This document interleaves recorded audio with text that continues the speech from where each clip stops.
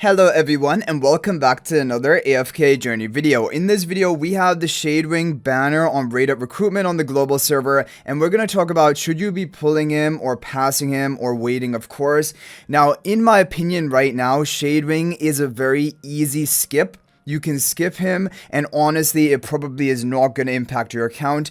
However, there are just a couple of things to keep in mind that could happen in the future that may make Shadewing actually somewhat meta. Some people are thinking or even comparing Shadewing to kind of like the Zany from the previous season, where at first Zany seemed like a pretty easy skip, but then you're seeing her in some Dream Realm usage this season, even Glyph Shade boss, AFK stages, things like that, various niche uses, and Shadewing could be another hero like that. However, the unfortunate thing about Shadewing is, so his overall important skill is basically this Withering Curse, and it will only be able to stack up. The curse will only stack when the enemy is dealt continuous damage.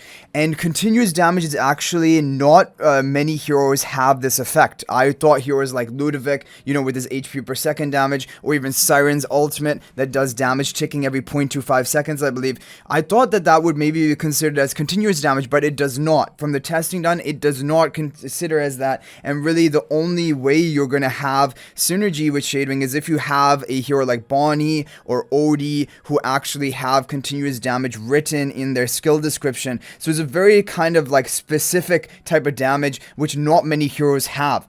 And so that is the problem with Shadewing, because those other heroes, Odie and Bonnie, are hardly meta for Dream Realm content. So to be running two heroes which are like non-meta just to have the synergy work is not probably gonna work in Dream Realm, and you're better off just not running either of them. So that is the thing which is basically worrying about Shadewing right now. The thing which may have some future use is if there is some insane continuous damage dealer for Dream Realm, who becomes meta just by his damage numbers alone, then Shadewing on top of that could have amazing synergy. But the problem is right now, the continuous damage dealers like Bonnie and Odie, they are not meta for Dream Realm. Bonnie, like maybe one boss, one day out of the whole season is in the top team, but generally speaking, she is not. And so forcing to run a hero which is below average in Dream Realm just to get the Shadewing synergy, and Shadewing himself, he doesn't seem to have amazing damage output. Like, he has a lot of true damage and even damage boosting from his exclusive skill, up to 48% damage boosting on all of his damage source from the curse lashes. But the thing is, it is just true damage at the end of the day, and we have so many heroes to cover that. And of course we have Shmira, who like is no pushover. You cannot out damage Shmira easily at all, and I don't think Shadewing will be doing that. The other thing is that Shadewing is really gonna get the most value of damage output when there are multiple enemies, ideally 5 enemies or even more if that's possible, because he's gonna curse every single enemy, just like Bonnie deals damage over time to every single enemy. But when it comes to just single target like bosses, both of them are not going to be as effective, because like they could be dealing that same amount of damage that they're doing to the boss to 5 different bosses. So if there's ever some mode in the future that is like 5 multiple enemy targets in a Dream Realm boss, I don't know if that will happen. Like, we did have that briefly for Plague Creeper, but it wasn't even exactly like that. But if something like that comes out, then there could be some potential of Shadewing Bonnie having great synergy. In Ravage Realm, if there are multiple enemies, Shadewing Bonnie could have great synergy. And even if they're not, maybe Shadewing could have use in Ravage Realm along with Bonnie, because you're already going to be using Bonnie in the top team. So like throwing in Shadewing, I could definitely see Shadewing in Ravage Realm. I think he should be sufficient to be usable there, most likely. But apart from that, like when it comes to actually Dream Realm, I just do not think currently he doesn't have what it takes. His damage is not high enough, and you're going to see, and the thing is, we're in Endless Dream Realm now, so you're not going to be running like these dot damage dealers anyway. So the only time we're even going to see maybe Shadewing would probably be for Ravage Realm or for pre-Endless Dream Realm, and that's way in the future. So basically, because of all of that, it just seems like Shadewing is not going to be meta for Dream Realm. There are going to be, and you have to always realize there are so many top heavy hitting damage dealers which are all competing and like fighting for their life to have a spot on your Dream Realm top team. Shadewing, so it's not just like, a hero has to be decent for boss content. A hero literally has to be top of the top if they want to make it into any Dream Realm boss team. Otherwise, they're just not going to be used. And like when it comes to a boss team, usually you just have 1 to 2 major hyper carry damage dealers, and then you have supports along with that. So anyway, that is the thing about Shadewing. I really doubt he's going to have any Dream Realm meta for the rest of the season. He could be in Ravage Realm, but I'm sure it's not going to be a major score gap or anything, like even if you don't pull Shadewing.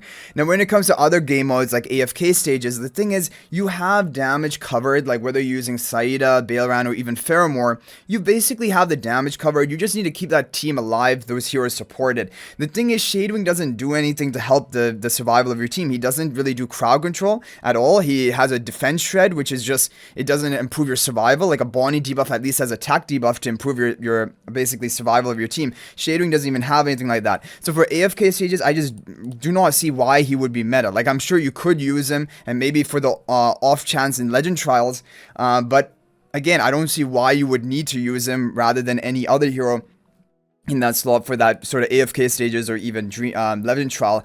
And when it comes for PvP as well, he's not great because he has survival issues. The only survival he has in his kit is a Supreme Plus ability, which has like, you know, up to like a 50% health shield basically, and then some 10% health bonus by draining health of an ally. But that is not enough. That is all he has. He doesn't have any other in-target ability. At the beginning of the match, he's going to do Withering Curse and not be targetable for the first 2 seconds. But after that, it's fair game to be hitting him. He's a one tile range. He's going to run up into the front line, and he's going to be burst like literally in seconds. So this is the thing, Shadewing has major survival issues, and if he's just gonna die quickly, there's no point of even having him on your team. So like, I don't see how you would be able to protect him. Like, it would be so much heavy lifting to actually protect him long enough to get off his value for PvP. So, and his debuff is only a defense shred and a minor defense shred, and that is not impactful enough. So, like, if you're using him for that utility role, right? So you're going to use him as a damage dealer, and he's going to be easily burst and blown up. So that is the thing about Shadewing. Overall, I think he is a very passable hero, but this is also good news. Honestly, this is good news because you can save up for the collab heroes, which are coming right after Shadewing. Like 28th of November, I believe, is the release date for the collab banner. That's only like a couple of weeks from now. And we also have the Nazrik banner running. So I do want to end off this video by talking about Nazrik briefly, because we have 6 days left on his banner. We don't have to make a decision quite yet. We can see him across all 8 different endless bosses, but Nazrik right now is looking pretty good, pretty solid hero, and definitely like the fact that he's actually in some top teams even for endless Dream Realm, now that's really making me believe that maybe he is going to be a priority for you to pull. I wouldn't say must pull status right now, but really like high priority pull. And because now Shadewing seems very skippable, definitely I would choose Nazrik over Shadewing any day of the week for your account. And the collab, like if you have enough resources for the collab and to get like Nazrik built up as well, then I would say go for it. Because yeah, but like how much diamonds you want to save for the collab? I would say 100,000 diamonds should be pretty safe. I'm hoping one of the collab heroes will be gotten right up to Mythic Plus for free. I don't know. This is not like, this is just a hope, because this is how the Fairy Tail collab worked when we had 2 heroes in the past. So I'm hoping that will be the case this time around, and then 100k diamonds should be enough to, like, if need be, get both of them up to Supreme Plus, right? But if we don't get any copies for free, then it could be different, but maybe we're gonna get a lot of diamonds in the event, and then we'll still be able to get, like, you know, with like, if we have 100,000 diamonds saved. So I would say 100,000 diamonds saved is what you want to aim for the collab. If you have like 150, 180,000 diamonds, I think you could just pull Nazrik, and I think it's pretty safe to go for him, honestly, now, especially if you haven't pulled Perseus. If you pull Perseus, then I would probably not pull Nazrik, because then you can just swap Perseus to Nazrik later on when we get the swap ticket. But if you haven't pulled any S level this season, then I think Nazrik, yeah, I'm really leaning towards pulling him, and I will make another video later on if we just look at the Dream Realm kind of records recently. So in King Conqueror, Endless, Nazrik was not the best, but he was one of the best teams for pre-Endless, so that's something. Necrodraken he will not be because he doesn't have mobility. Talassa is not in the top team anymore. He was in some teams for Hell difficulty, as you guys see here, and he was pretty good in Hell, but not like absolutely necessary. Nocturne Judicator, he was in the top team, and even for Endless, I heard from the VN server, Nazrik is working in Endless, so that's another thing, like he's good there. Sigmund, Nazrik, whoa. Nazrik was actually top in Sigmund as well? That's crazy. Okay, so Nazrik and Sigmund, Mirage Frostbite, you have these crazy pay-to-win teams. Apart from that, he was not in Mirage Frostbite, it was a Ravion team, so that's good news for the Ravion players. Magmazard, he was not in either. Magmazard is not really a good boss for him. Blightshroom, he is in. So, like, basically, maybe 3 to 4 bosses, he's being in the top team, and that's enough of a reason to pull him, and maybe even consider a must pull. So like basically, honestly, I'm thinking you can go for Nazrik now, skip Shadewing, save the rest of your resources for collab. But if you only have like, let's say 50,000 diamonds or less, you know, it's just safer not to go for either of these two and save for the collab, because who knows what heroes come on the collab, and you have a limited time to pick them up, and then really after that it's really inefficient to pick them up like from the store or anything like that. And so yeah, that you want to save for that. But Nazrik, really, if you have 100,000 diamonds plus, I would really consider pulling him, and you want to pull him minimum to Mythic plus 10 exclusive equipment minimum. Plus 10 exclusive equipment is essential. If you cannot get him to plus 10, there's no point of even building him, because the plus 10 debuff that he has, that is why he's so good. And then eventually you want to get him Supreme Plus. So like Supreme Plus if you have the resources, otherwise minimum Mythic plus 10 exclusive equipment, give him the 8 coins to get him to Supreme just for the Ascension stats. And then over time on your wishlist, pick up those final 2 copies, and even Paragon him on wishlist. Don't Paragon him on the banner, that doesn't make sense unless you're just a huge whale like, for example, me, a high spender. But anyway guys, I hope you enjoyed the video. Thank you for watching. That's going to be it for this one. If you have any other tips about Shadewing or Nazrik, feel free to share them in the comment section down below. If you're not already a member of my AFK Journey Discord server, please join that. There's a link to that in the description of this video.